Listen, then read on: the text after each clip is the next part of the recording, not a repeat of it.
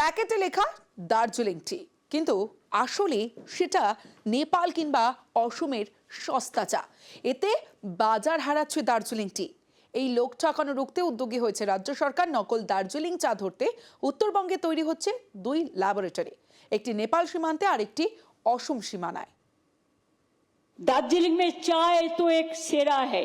मैं जब पहले यूएसए गया था, यूके गया था, जो वेटिंग लाउंज होता है उसमें जो चाय का पैकेट है उसका नाम पे दार्जिलिंग टी लिख के रखा। मेरे को बहुत खुश आया।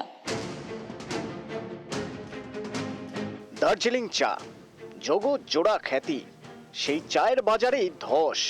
কারণ বাজারে ছেয়েছে নকল দার্জিলিং টি, নেপাল কিংবা অসমের সস্তার চা। সেসবই দার্জিলিং টি নামে বিক্রি হচ্ছে বাজারে। दार्जिलिंग का टी का नाम पे कोई कोई खराब टी भी भेजते हैं जो दार्जिलिंग का नहीं है, इसको बदनाम करने के लिए। उसमें हम लोगों ने तैयार किया, इसको सिस्टम हम ऐसा करेंगे कि हमारा दार्जिलिंग का टी को बदनाम करने का कोई जायगा हम नहीं देंगे। মুখ্যমন্ত্রীর নির্দেশের পরেই তৎপর প্রশাসন। নকল দার্জিলিং চা ধরতে ল্যাবরেটরি তৈরির উদ্যোগ নিয়েছে রাজ্যের টি অ্যাডভাইজারি কমিটি। চা পরীক্ষার জন্য উত্তরবঙ্গে দুটি ল্যাবরেটরি তৈরি হচ্ছে, একটি নেপাল সীমান্ত লাগোয়া দার্জিলিং এর পানি ট্যাঙ্কিতে, আরেকটি অসম সীমানায় কোচবিহারের তুফানগঞ্জে। কেন্দ্রীয় সরকারের food safety and standards authority of ইন্ডিয়ার গাইডলাইন মেনে তৈরি করা হবে এই দুই ল্যাবরেটরি। এখানে টেস্ট করা 30 মিনিটের মধ্যেই চায়ের গুণমান জানা যাবে। এক একটি ল্যাবরেটরি তৈরিতে খরচ হবে 26 কোটি টাকা। নেপালের চায়ে জোর ধাক্কা খাচ্ছে দার্জিলিং টি। নেপালের চায়ের উৎপাদন খরচ দার্জিলিং এর চায়ের তুলনায় কম, তাই নেপালের চায়ের দামও তুলনায় কম। দিন দিন উত্তরবঙ্গের বাজারে বিক্রি বাড়ছে নেপাল চায়ের। টি বোর্ডের দেওয়া তথ্য অনুসারে গত 3 বছরে নেপাল থেকে 370 লক্ষ কেজি চা চোরা পথে ভারতে ঢুকেছে। পুরোটাই দার্জিলিং টি বলে বিক্রি হয়েছে। প্রকৃত দার্জিলিং টি এর বিক্রি ধাক্কা খাওয়ায় তার উৎপাদনও কমেছে। গত কয়েক বছরে দার্জিলিংয়ে বেশ কয়েকটি চা বাগান বন্ধও হয়ে গিয়েছে। এই পরিস্থিতি থেকে ঘুরে দাঁড়াতে উদ্যোগী হয়েছে রাজ্য সরকার। নকল দার্জিলিং টি ধরতে তৈরি হচ্ছে ল্যাবরেটরি, একটি অসম সীমানায় আরেকটি নেপাল সীমান্তে। আবির ঘোষাল, নিউজ 18 বাংলা। আলিপুরদুয়ারের কুমারগ্রাম। গত রবিবার আমরা একটা খবর দেখিয়েছিলাম, যে খবরে রেশনে চাল ডাল আটা দেওয়া হচ্ছে না, তার বদলে ইট সিমেন্ট বালি দিয়ে সেখানে স্লিপ দিয়ে দেওয়া হচ্ছে। আর এই খবর নিউজ 18 বাংলায় দেখানোর পরই তৎপরতা। রেশনে বেনিয়মে সাসপেন্ড করা হয়েছে ডিলারকে।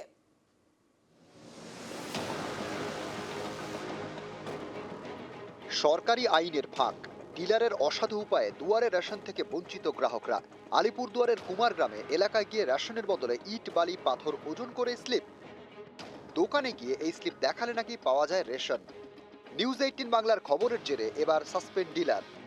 ওটা আমরা অ্যাকশন নিয়েছি, অলরেডি ওই ডিলারকে সাসপেনশন করে দেওয়া হয়েছে। পাশের দোকানের সাথে সমস্ত বেনিফিশিয়ারিকে ট্যাগ করে দেওয়া হয়েছে, যাতে ওখান থেকে তারা মালটা পায়। আর এর এগেইনস্টে কজ লেটার ইস্যু হয়েছে এবং আমাদের যা ডিপার্টমেন্টাল প্রসিডিং আছে সেই অনুযায়ী চলবে।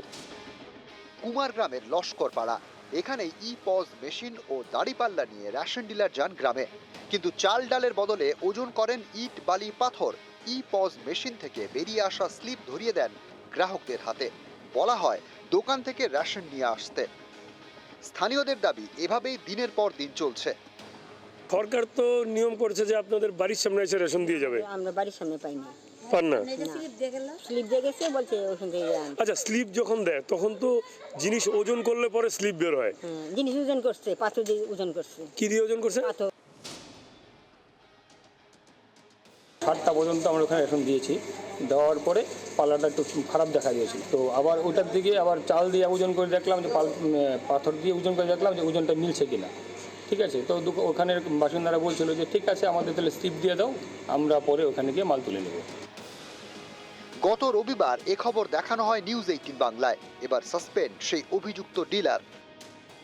ওটা আমরা অ্যাকশন নিয়েছি, অলরেডি ওই ডিলারকে সাসপেনশন করে দেওয়া হয়েছে, এগেইনস্টে কজ লেটার ইস্যু হয়েছে এবং আমাদের যা ডিপার্টমেন্টাল প্রসিডিং আছে সেই অনুযায়ী চলবে। আলিপুরদুয়ার থেকে রাজকুমার কর্মকার, নিউজ 18 বাংলা। আদানি বিক্ষোভে নেই তৃণমূল, সংসদের বাইরে ফের আদানি বিক্ষোভ। কংগ্রেসের আদানি বিক্ষোভে ইন্ডিয়ার একাধিক শরিক সংসদের বাইরে বিক্ষোভে গড়হাজির তৃণমূল। সংসদ চলার পক্ষে সুদীপ বন্দ্যোপাধ্যায় আর বাংলার বরাদ্দ বঞ্চনার দাবি তুলে ধরার দাবি সুদীপ বন্দ্যোপাধ্যায়।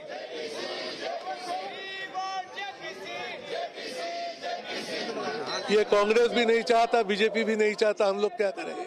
ममता बनर्जी हम लोगों को बता दिया हाउस चलना चाहिए, और बंगाल का बहुत समस्या है। दिल्ली सरकार बंगाल को रुपया नहीं देता, वो आवास योजना की रुपया नहीं देता, वो मनरेगा की रुपया नहीं देता।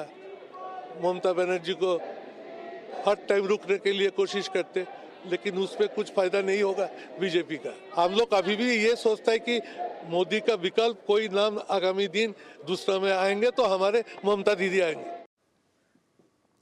দিল্লিতেও লক্ষ্মীর ভান্ডার, দিল্লি ভোটে আপের মডেল লক্ষ্মীর ভান্ডার, তৃণমূলের মডেলেই ভরসা কেজরিওয়ালের। ভোটে আপ জিতলে মহিলাদের 2100 টাকা, জিতলে মহিলাদের 2100 টাকা করে দেওয়ার দাবি। মহিলাদের অ্যাকাউন্টে সরাসরি টাকা ঘোষণা কেজরিওয়ালের। महिलाओं ने कहा कि जी महंगाई बहुत ज़्यादा हो गई है, 1000 रुपये से काम नहीं चलेगा। तो आज मैं ऐलान कर रहा हूँ, कल से रजिस्ट्रेशन चालू होगा और रजिस्ट्रेशन 2100 रुपये का होगा, 1000 रुपये का नहीं होगा। মমতা বন্দ্যোপাধ্যায় প্রথম সেই নেত্রী এবং মহিলা যিনি বুঝতে পেরেছিলেন যে সমাজের মহিলাদের জন্য কিছু করা দরকার, এবং তিনি লক্ষ্মীর ভান্ডার এনেছিলেন। তখন কিন্তু অনেক রাজনৈতিক দল তারা বলেছিল যে দান এসব কোনো খারাপ রেউডি পলিটিক্স।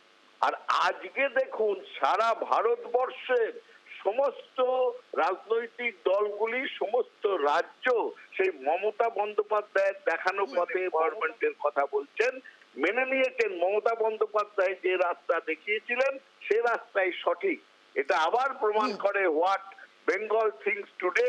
শুধু ভারত নয়, পৃথিবী থিংস টুমরো। ঘর দখলে অফিসের বাইরে আরাবুল, টেবিল চেয়ার নিয়ে বাইরেই অফিস। ভাঙো 2 পঞ্চায়েত সমিতির সভাপতি আরাবুল। কর্মাধ্যক্ষের বিরুদ্ধে ঘর দখলের অভিযোগ, ঘর ফিরে পেতে হাইকোর্টের দ্বারস্থ আরাবুল। অভিযোগ অস্বীকার পঞ্চায়েত সমিতির কর্মাধ্যক্ষের। সংসদের চলতি অধিবেশনে এক দেশ এক ভোট, এক দেশ এক ভোটের সম্মতি, এক দেশ এক ভোটে সম্মতি ক্যাবিনেটের। একসঙ্গে সব ভোটের সহায় কেন্দ্রীয় ক্যাবিনেটে। শীঘ্রই সংসদে এক দেশ এক ভোট বিল পেশ। আর এই নিয়ে এক্সান্ডেলে সরব হয়েছেন মুখ্যমন্ত্রী মমতা বন্দ্যোপাধ্যায়। তিনি সরব হয়েছেন বিশেষজ্ঞ বিরোধীদের মতামত উপেক্ষা করে অসাংবিধানিক যুক্তরাষ্ট্রীয় কাঠামো বিরোধী এক দেশ এক ভোট বিল চাপিয়ে দেওয়া হচ্ছে। এক্সান্ডেলে পোস্ট, দেশের গণতন্ত্র ধ্বংস করতে কোনো রকম ভাবনা চিন্তা ছাড়াই শাসকের চাপিয়ে দেওয়ার মনোভাব। তৃণমূল সাংসদরা এই বিলের সর্বাত্মক বিরোধিতা করবে, গণতন্ত্র রক্ষার লড়াই চলবে। এক্সান্ডেলে সরব হয়েছেন মুখ্যমন্ত্রী মমতা বন্দ্যোপাধ্যায়। দিল্লির একনায়কতন্ত্রের কাছে বাংলা কখনোই মাথা নত করবে না। এক্সান্ডেলে সরব তৃণমূল নেত্রী মমতা বন্দ্যোপাধ্যায়। আমি 2 বছর আগে মহারাষ্ট্রে অল ইন্ডিয়া স্পিকার্স কনফারেন্সে আমি গেছিলাম, এবং সেই দিনও একটা রেজলিউশন ওরা এনেছিলেন। আমি লোকসভা স্পিকারকে বলেছিলাম যে আপনি যে রেজলিউশনটা এনেছেন এটা তো ইন্ডিকেট করে আপনি ওয়ান নেশন ওয়ান ভোট থিওরিটার উপর বেস করে এটা এনেছেন। বলে আপনি আমাকে মিসলিড করছেন, আপনি আমাকে বুঝতে পারছেন না মিস্টার ব্যানার্জি, আমাদের ওই দৃষ্টিভঙ্গি নয়। কিন্তু আমি দেখছি যে আমি সেদিন যেটা আশঙ্কা করেছিলাম সেটাই আজকে বাস্তবায়িত হচ্ছে। ওরা এটা এনেছেন। আমি জানি না সংবিধান থেকে এরা কতটা অনুমোদন পাবেন এই ব্যাপারটা নিয়ে, সেটা যারা সংবিধান বিশেষজ্ঞ তারাই বলবেন, আদালত আছে, ব্যাপারটা অনেক দূরেই যাবে। তবে আমাদের ওদের যে পরিকল্পনা রয়েছে, that was the hidden agenda at that period of time, সেটা আমি উপলব্ধি করতে পেরেছিলাম। এটা আমাদের কোনো হিডেন এজেন্ডা নয়, এটা দীর্ঘদিনের বিজেপির দাবি। আদবানিজি যখন দেশের নেতৃত্ব দিতেন বিজেপিকে, তখনও তিনি বলে এসেছেন ওয়ান নেশন ওয়ান ইলেকশনের কথা। আর এটা ভারতবর্ষের বিভিন্ন অর্থনীতিবিদ, বিভিন্ন রাষ্ট্রবিজ্ঞানী, দেশের রিটায়ার্ড আইএএস অফিসার, সাধারণ মানুষ, তারা সবাই এটা সমর্থন করছেন। ভারতীয় অর্থনীতির উপরে চাপ কমাতে এবং ভারতের যে আইন শৃঙ্খলা সেটাকে একটা নির্দিষ্ট গতিমুখে নিয়ে যাওয়ার জন্য এই বিল। যার যেটুকুনি বলার আছে তারা পার্লামেন্টের ভিতরে বলবেন।